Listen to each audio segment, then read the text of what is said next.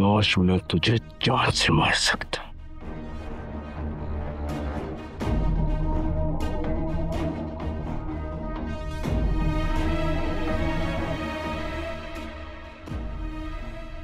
आज मैं तुझे चीर फाड़ देता।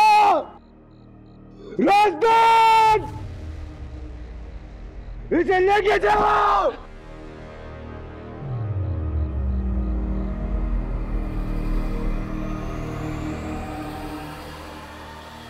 और आइंदा ये दर के पास नजर आया, इसे काट के रख दूंगा।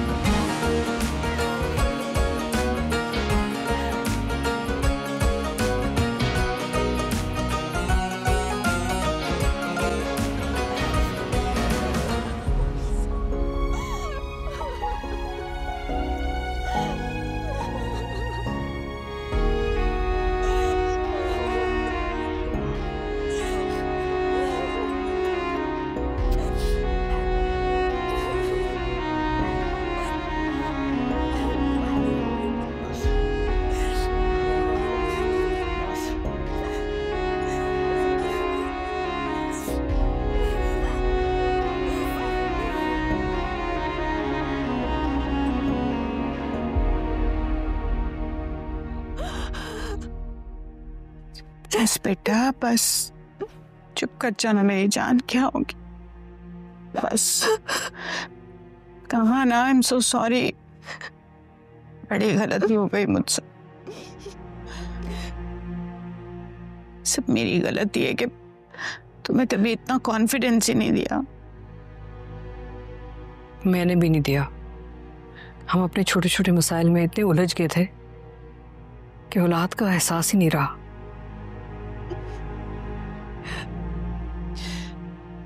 लेकिन बेटा तुम मुझे तो बताती ना, तुम मुझे भी नहीं ट्रस्ट करती थी। मामा, मैं बहुत डर गई थी। फहद भाई ने कहा था कि वो मेरी वीडियो वायरल कर देंगे, इसलिए मैंने किसी को नहीं बताया। देखो बेटा, उससे जो कहा जो किया उसमें तुम्हारी कोई गलती नहीं है। तुम क्या हमें इतना कमजोर समझती हो कि हम तुम्हें कसूरवार समझेंगे? नहीं बेटा, ऐसे नहीं है। तहमीना, हमारा घर कितना बेईमान हो गया है, ना जान की हिफाजत, ना माल की हिफाजत, और अब तो इज्जत की भी हिफाजत नहीं है।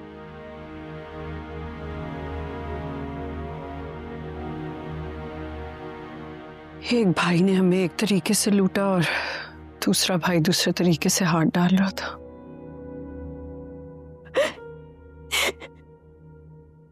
बस बेटा, क्यों हल्कान हो रही हो? इस सब में तुम्हारा क्या कसूर है? रिलैक्स। चल।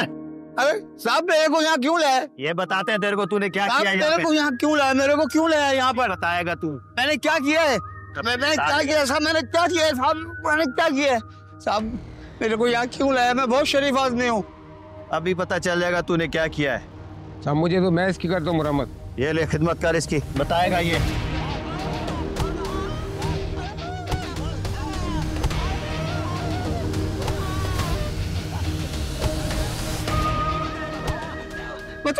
बताता हूँ साहब, बताता हूँ, सब बताता हूँ, सब बताता हूँ साहब, सब बताता हूँ।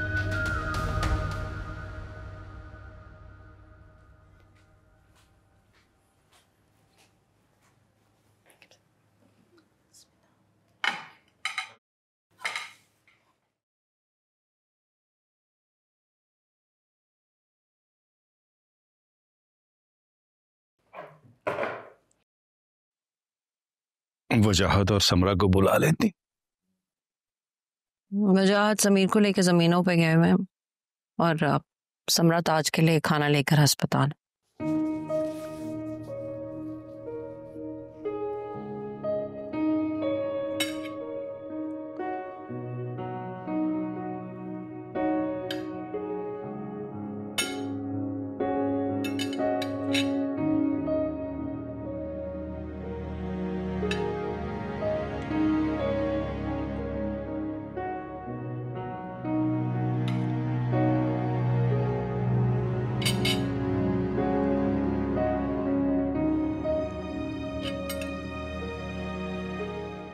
मैं आज अपनी बेटी से मिलने के लिए गई थी।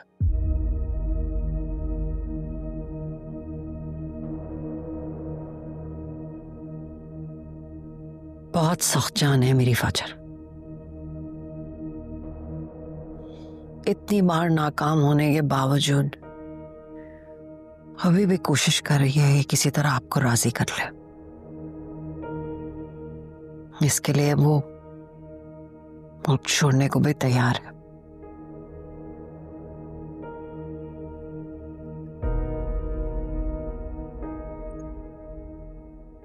आप पूछेंगे नहीं कि वो कहां जा रही है?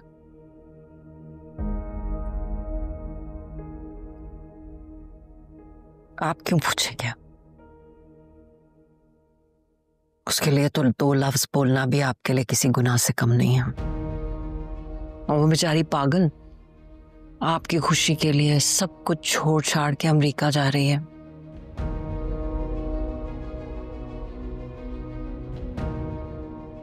जॉब मिल गई उसको वहां पे। अच्छी खासी जॉब उसकी यहां भी तो है।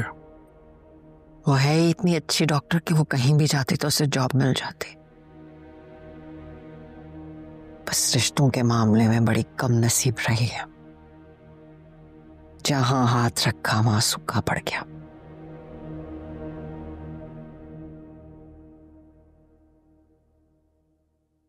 कह रही थी कि कुछ अरसा बाबा से दूर रहूंगी तो उनके जख्म भर जाएंगे। अब मैं उसको कैसे समझाऊंगी?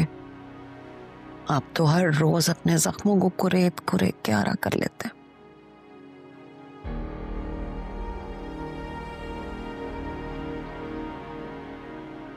मैं सोच रही हूँ उसके साथ अमेरिका चले जाऊं। अकेली कैसे मैनेज करेगी वहां पे? मैं साथ में होंगी तो चीजें आसान हो जाएंगी उसके लिए। थोड़ा सहारा मिल जाएगा उसको और आपकी इज्जत पे कोई हर्फ भी नहीं आएगा और मेरी ममता को तस्कीन भी मिलती रहेगी। अब इसके लिए उसे कुछ मत कहिएगा। ये ना हो कि ये जुर्म भी उसके खाते में डल जाए।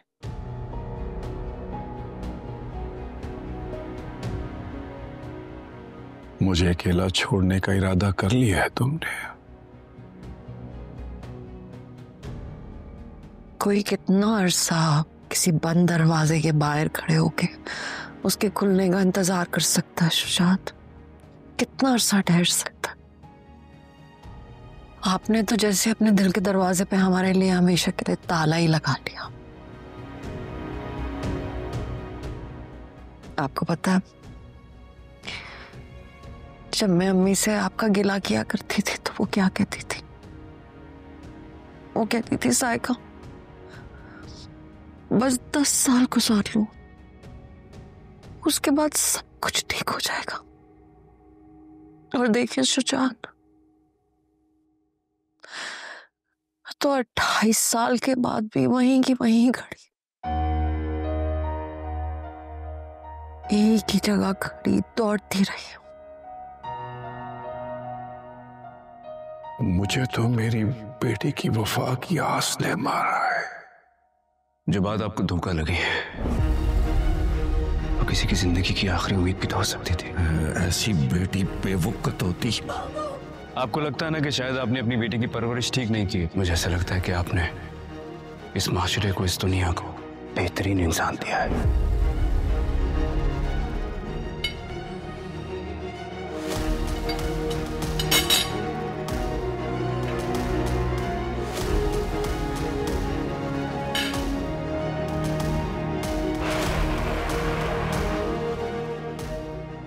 खाना नहीं खाएंगे?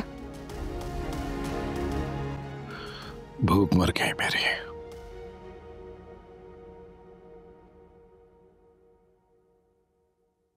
शुजात, मैं चली जाऊं? अगर तुम्हें लग रहा है कि तुम्हें चले जाना चाहिए तो चली जाओ।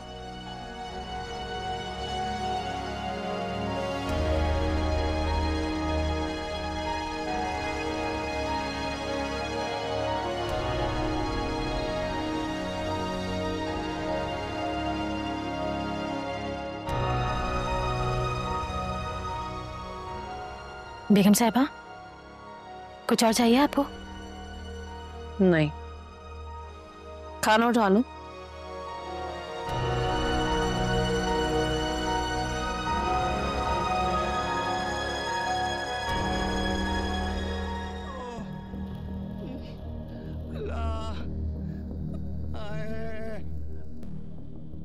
इनमें से जानते हैं किसी को? नहीं साहब, इसको हम नहीं जानता। हम नहीं जानते साहब इसको। सही से देख। साहब देख लिया साहब, नहीं जानता, किसी को नहीं जानता। इसको तो जानता होगा। इसको नहीं साहब, इसको भी नहीं जानता।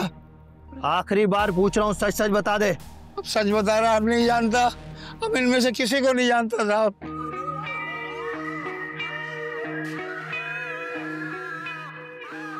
मेरी बात गौर से सुनना।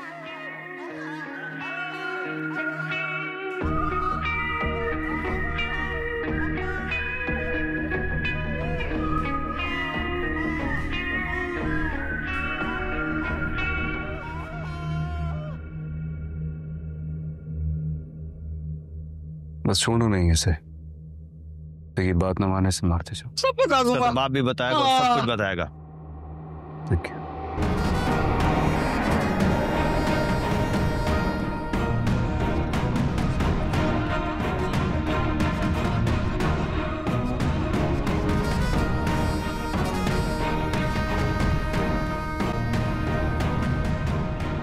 बस काम डाउन। हमें ना यहाँ पे छोटी अम्मी है, अम्मी है, बस परेशान नहीं।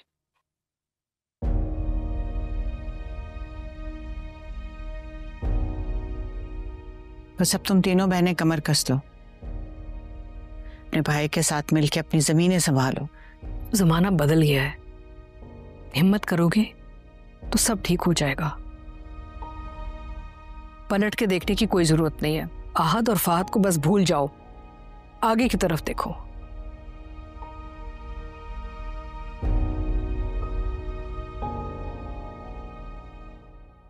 अब ये क्या चांद चढ़ाने आए।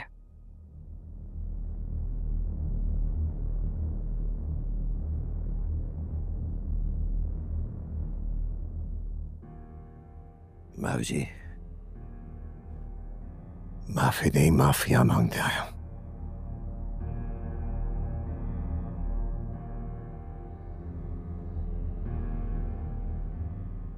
मेरे दोनों बेटों ने मुझे नजरें मिलाने के काबिल नहीं छोड़ा है।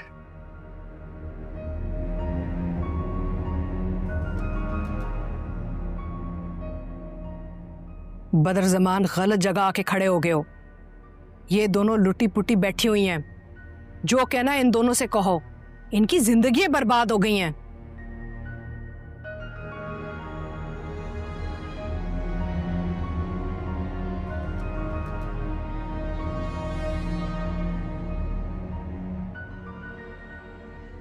तुम दोनों तो मेरी बेटियां हो, समझ सकते हो।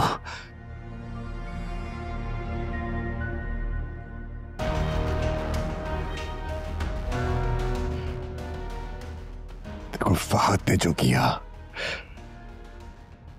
उसको तो सजा मिलेगी उसे।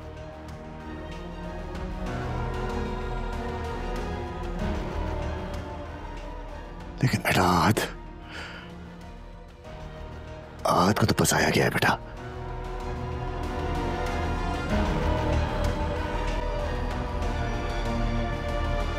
सही कह रहे हैं आप चाचा, उसे तो कोई भी फंसा सकता है। इतना शरीफो नफ्स बेटा है आपका कि घर की मुलाजमा से फंस गया, और तो और शराफत में शादी भी कर ली, घर भी बना दिया।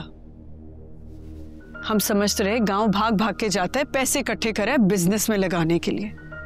वो तो ऐश कर रहा था, और आपने ही तो कहा था कि तुम लोग ऐश करोगे।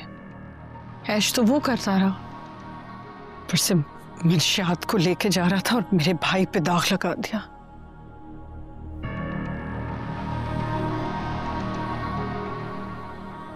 शेर ने बहुत अच्छा किया, फहद को धक्के देके घर से निकाल दिया।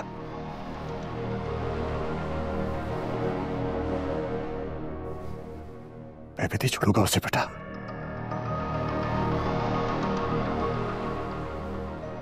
बदर चाचा, शेर भाई ने मुझे बहुत समझाया था। मुझे लगा हम बचपन से साथ खेले, मैं उसे संभाल लूंगी, लेकिन मुझे क्या पता था कि वो इंसान नहीं बल्कि जानवर है। जानवरों को ही रिश्तों का मान नहीं होता, वरना घर की बच्ची की ऐसी वीडियो बनाकर उसे हरास करना कहाँ की इंसानियत है। महारोश तो उसे भाई भाई कहते नहीं थकती थी। घिंद आती है मुझे उस शख्स से। बेटे उसने घटिया हरकत की, बहुत फजूल हरकत की।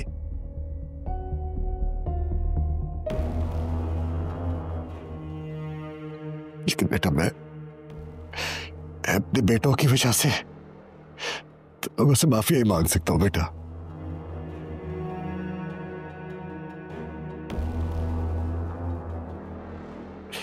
इस उम्र में कहीं का नहीं छोड़ा है उन्होंने। माफी चाहता हूं।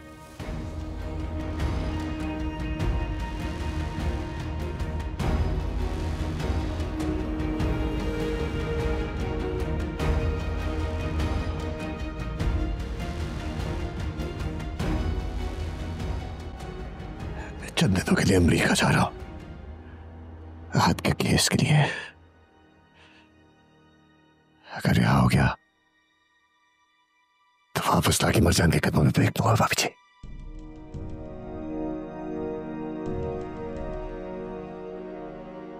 नहीं बदर जमान नहीं, हम भर पाए तुम्हारी औलादों से।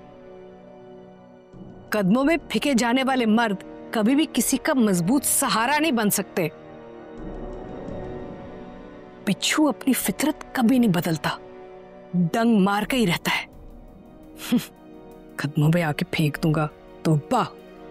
वैसे भी वो कदमों में नहीं, कचरे में फेंकने के लायक है।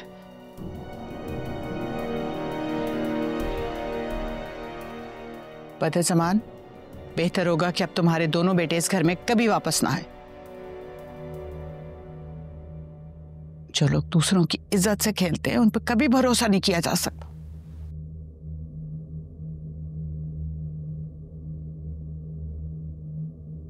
मैं ये चाहूंगा कि ये जिक्र इस घर में आइंदा कभी ना हो।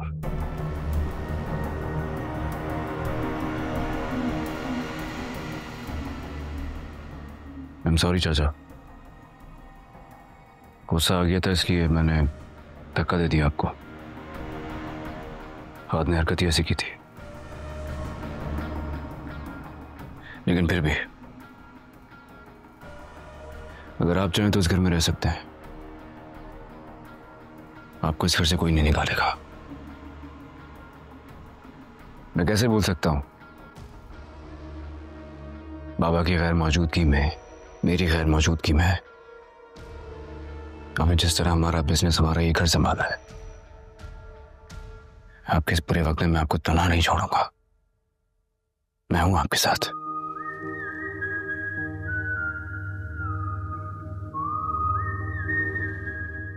लेकिन बस एक बात क्लियर कर दो, फादर घर में कभी नहीं आएगा।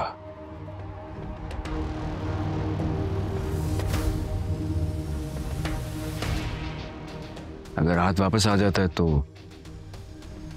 उसके बारे में सोचेंगे। फ्लाइट कब की आपकी? बेटा आज रात की है। मुझे एक जरूरी काम से जाना, वरना मैं आपको जरूर ड्रॉप करके आया था। बट कोई नहीं, मैंने ड्राइवर से कह दिया, वो छोड़ाएगा आपको, घबराइएगा नहीं। पर फिर भी आपको किसी भी चीज की जरूरत हो तो I am just one call away. एक बार फिर से आई एम सॉरी।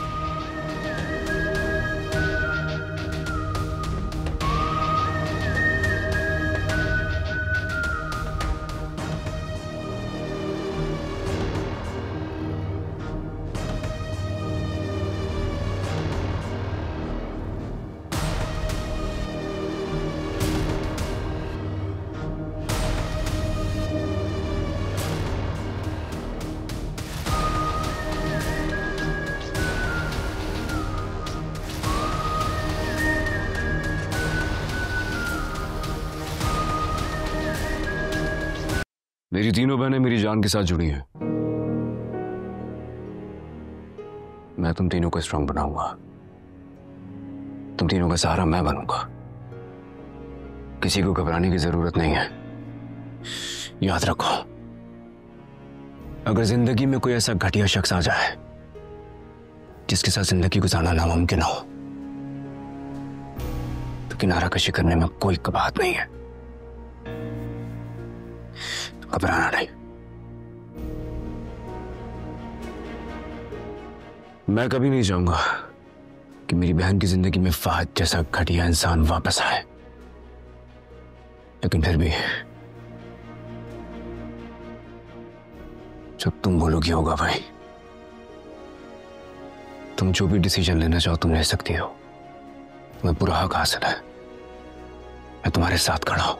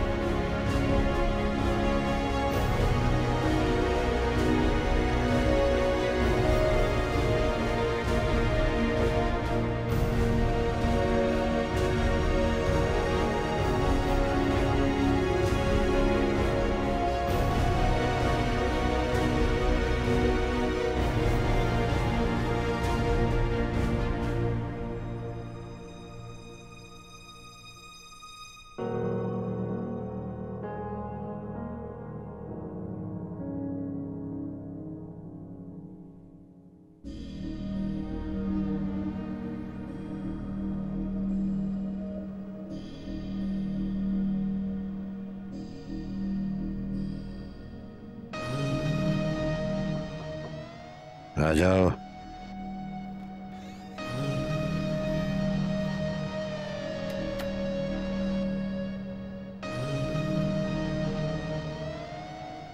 हाँ साहब, उसमें सामान रख दूं मैं गाड़ी में? नहीं, मैं खुद रखूंगा। मैं खाना मैं खुद जाऊंगा एयरपोर्ट। दोस्तों का है और से नहीं आएगा। या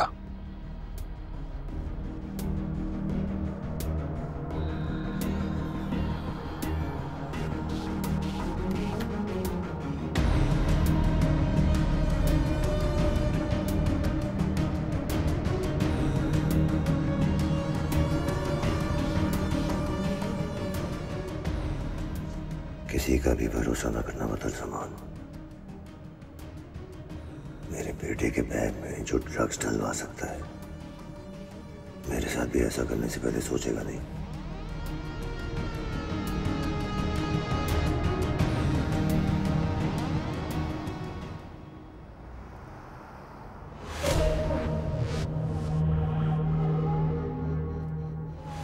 मेरे सामान में ड्रग्स निकल आई है। इन लोगों ने मुझे पकड़ लिया। बजी मुझे बचा ले। जानवरों को ही रिश्तों का मान नहीं होता, वरना घर की बच्ची की ऐसी वीडियो बनाकर उसे हरास करना कहाँ की इंसानियत है। ये घर के पास नजर आया, इसे काट के रख दूंगा। आपको किसी भी चीज की जरूरत हो तो I am just one call away. एक बार फिर से आई एम सॉरी।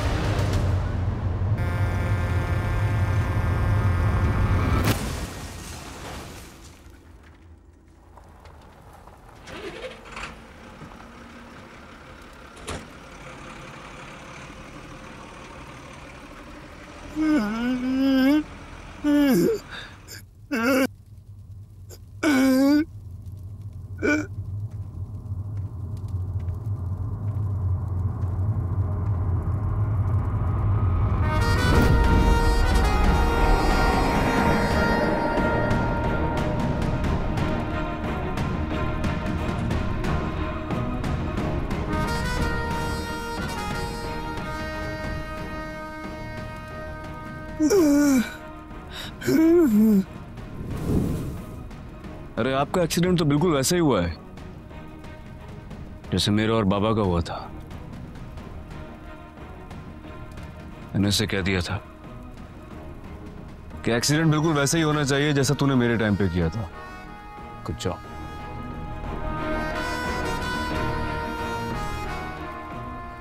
लेकिन आपको देख के लगता नहीं है कि आपको ज्यादा चोटें आई हैं।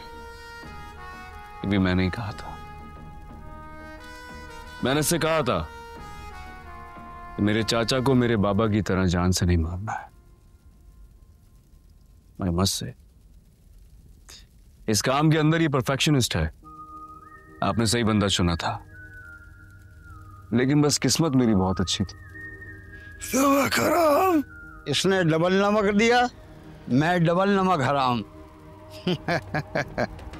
सलाम साहब।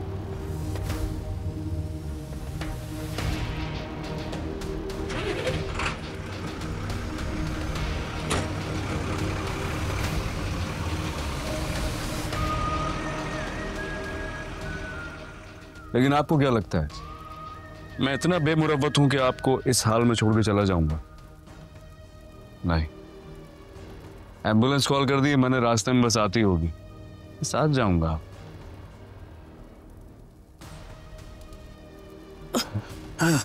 मैंने इससे कह दिया था कि कुछ भी हो जाए चाचा को मरना नहीं है। चाचा आपको मरना नहीं है, बस आपका अंजाम अभी बाकी है।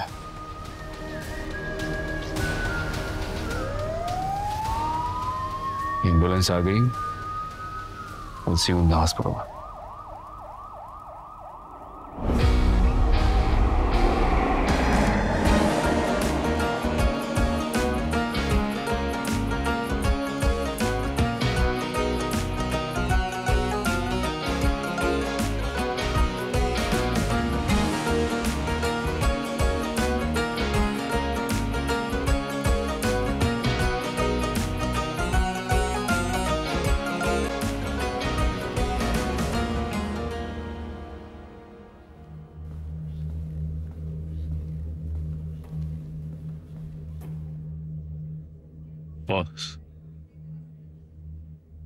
एक्सीडेंट जिसका हुआ था उसके सर में शदीद चोटें लगने की वजह से बोलने में उनको काफी मुश्किलात होगी। बैक पे भी बहुत सीवियर इंजरी है, जैसे आपने कहा था रीढ़ की हड्डी तोड़ दी है, अब पैरालाइज हो गया है, सारी उम्र बिस्तर पर पड़ा रहेगा।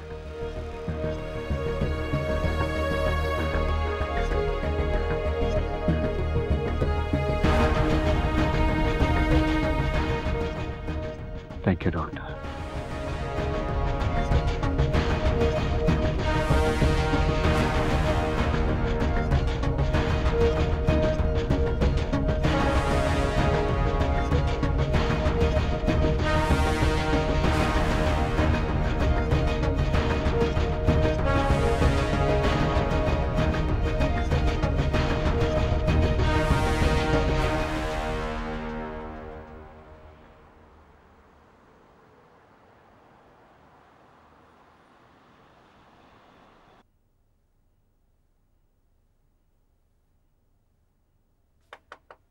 कम इन।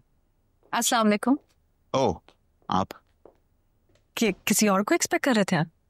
नहीं नहीं, बैठिए। वो घर गई है वैसे। कौन? वो अब ये कोई उम्र थोड़ी है अपनी फीलिंग्स छिपाने की। जी, और अब ये उम्र भी नहीं है कि अपने बारे में जुबानी बातें सुनूं। दरअसल इस वक्त वो आ जाती हैं तो एक कप चाय पी लेते हैं। जी मुझे पता है। वैसे कल वो देसी घी की कचौरियों के लिए बहुत शुक्रिया। वो दरअसल हम ऐसा सोचते हैं ना कि आपके घर में कोई औरत नहीं है तो ये सब खाने तो आपके लिए ट्रीट बन जाते होंगे, है ना? एग्जैक्टली। वैसे इंसान का बात करने का तरीका कितना मैटर करता है ना। इंसान की केयर, उसकी सेंसिटिव सोच दोनों को छुपा देता है, जैसे कि ताज बीबी। जी हाँ, अक्सर औरतें तन्हा जिंदगी गुजार गुजार के तल्ख हो जाती हैं।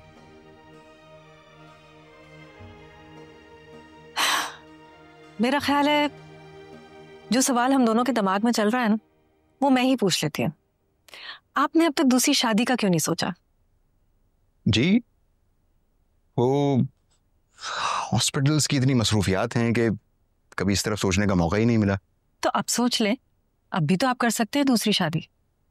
बिल्कुल कर सकता हूँ, लेकिन उसके लिए कोई होना भी तो चाहिए।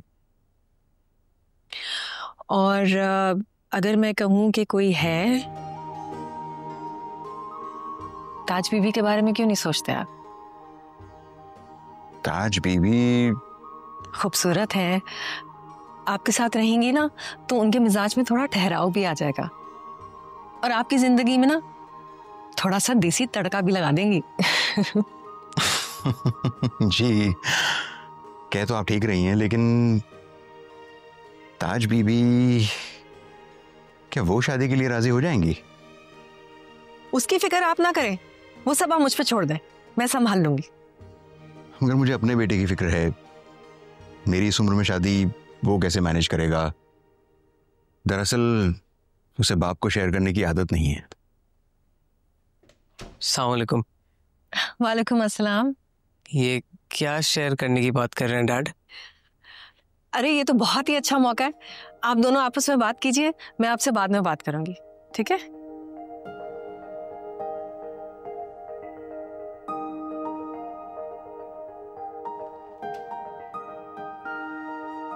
डैड, ये आंटी क्या कह रही थी? कैसा मौका? मैं बताता हूँ, बैठो।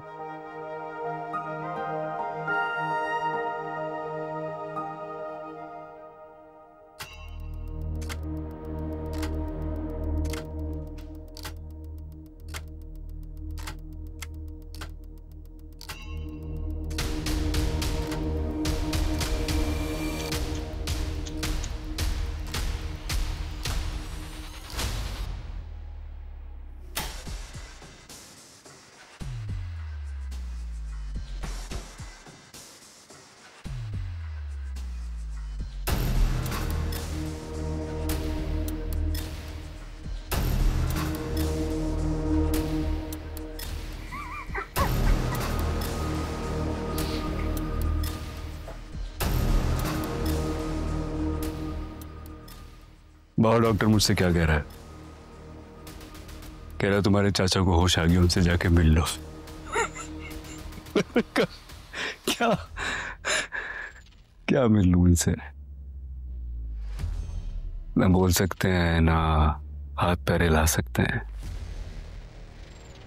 जिंदा लाश की तरह पड़े। कभी ये वक्त मुझ पे भी आया था, याद है ना? यार कोई नहीं। वैसे एक आदमी को नकारा बनाने में काफी खर्चा हो जाता है। आपका तजुर्बा तो मुझसे ज्यादा होगा। आपका कितना खर्चा हुआ होगा मुझ पे, फिर बाबा पे, फिर रंगून वाला पे। लेकिन आपको मेरे हौसले की दाद देनी पड़ेगी। मैंने किसी की जान नहीं ली। अच्छा इंसान होना। गुनाह करने की भी ना एक कैपेसिटी होती है। दिल ने कहा कि मार दो, मैंने कहा नहीं। इंसान से, बल्कि अपनों के खून से मैं हाथ कैसे रंग सकता था? खैर, एक अदर डॉक्टर अपॉइंट कर दिया मैंने आपके लिए, फुल टाइम। ये वो वाला डॉक्टर नहीं है जो आपने मेरे लिए रख दिया था। एक मेल नर्स भी है जो आपके खाने पीने का ख्याल रखेगी। फिक्र नहीं करना है आपने, और सारी जिंदगी अब ठीक नहीं होना है। बस अब यही रहना है, ऐसे ही पड़े रहना है, तो मुझे दुआओं में याद रखना है। वो कहते हैं ना, शेर दहाड़े या ना दहाड़े, उसके वार से बचना चाहिए।